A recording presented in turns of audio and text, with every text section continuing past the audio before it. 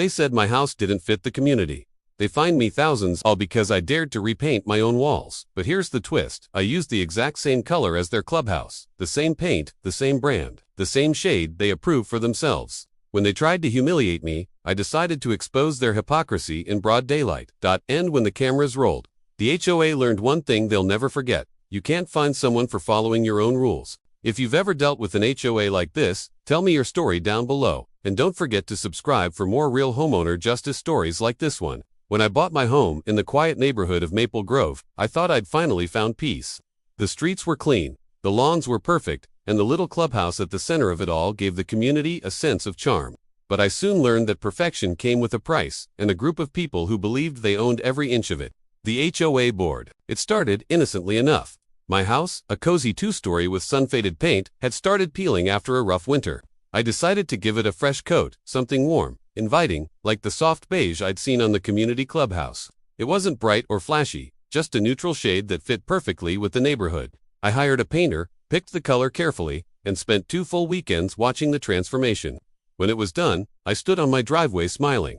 It looked new again, like the home I'd dreamed of. But 2 days later, an envelope appeared taped to my front door. The red stamp across it read, "Notice of violation." Inside, a letter from the HOA said I had violated community color standards.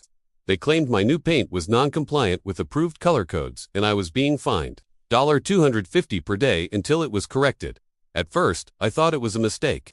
I called the number on the letter, and the HOA president, a sharp-tongued woman named Carol, answered. "You didn't submit a color approval form," she said flatly. "All exterior color changes must be pre-approved by the board." "I didn't change the color," I said.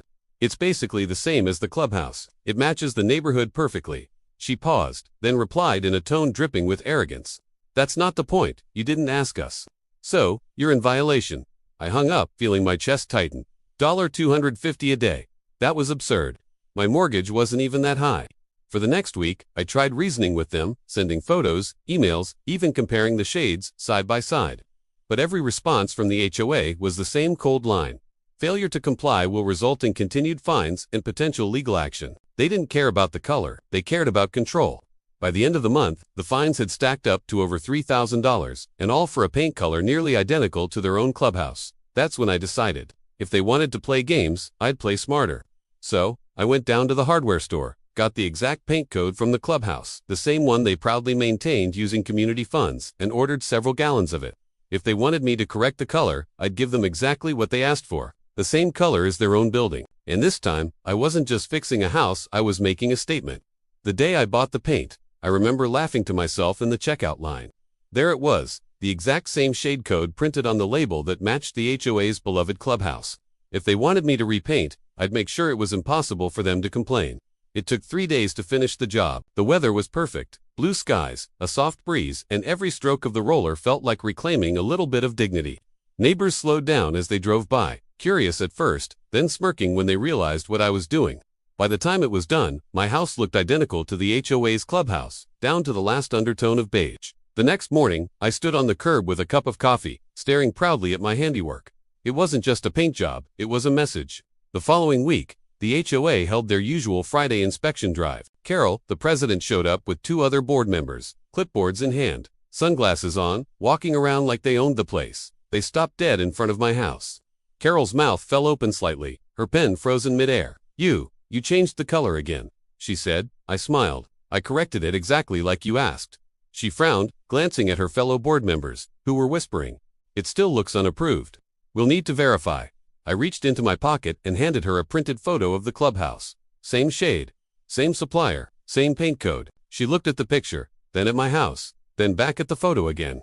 You could see her realize it. She had no way out. If she fined me now, she'd be admitting that their own building was a violation. She muttered something under her breath and stormed off, her little entourage trailing behind. Within a few hours, I noticed several neighbors outside, laughing quietly, whispering about what had happened. Word spread fast. The guy who got fined for paint had just turned the HOA's own rulebook against them. Over the weekend, families came by to see it for themselves. A few even joked that my house looked better maintained than the actual clubhouse. I thought that would be the end of it, but the HOA wasn't done. They sent me another letter, this time claiming that my choice of color was creating community confusion, and that it was disrupting the neighborhood's visual harmony. I couldn't believe it. After everything, they were doubling down. That's when I realized this wasn't about aesthetics anymore, this was about ego. Carol couldn't stand that someone had beaten her at her own game, but if she wanted to push, I was ready to push harder. So I made copies of every letter, every photo, and every rulebook page I could find. Then I contacted a local news reporter who covered homeowner disputes, the kind of stories that go viral when power gets abused. I told her everything. The fines, the double standards, the matching paint. She loved it. And a week later, a camera crew rolled into Maple Grove right in front of my offending house. The morning the news van rolled into Maple Grove, I was out front watering my lawn. The bright logo on the side of the van drew instant attention, and before long, half the street had their curtains pulled back. When Carol saw the camera crew unloading their tripods, her face went pale like she'd just seen her empire crumble. The reporter, Elise, walked up with confidence. She was the kind of journalist who didn't just tell stories, she exposed them. She shook my hand firmly and said with a grin, "We've covered a lot of HOA nonsense, but yours. This one's going to sting." Her tone made me realize this wasn't just about me anymore. It was about every homeowner who'd ever been bullied by their HOA. We started filming right there in my driveway. Elise asked questions while her cameraman panned across my house, then zoomed in on the clubhouse down the street. I showed her everything, the violation letters, the fines, the identical paint codes, even the receipts from the hardware store. Every detail was documented, every ounce of proof carefully preserved. As the afternoon sun dipped low, Elise recorded her closing segment. Her words carried across the entire block like a courtroom verdict. In Maple Grove, a homeowner is facing thousands in fines for repainting his house, even though it matches the HOA's own clubhouse. Neighbors are asking, who's really in violation here? Cameras clicked, neighbors clapped, and Carol, she stormed off in silence. That evening, the story aired on local news. Within hours, it exploded across social media. People everywhere were tagging the HOA, mocking their hypocrisy, and praising what they called the most polite revenge in history. Comments poured in by the hundreds. Classic, HOA power trip.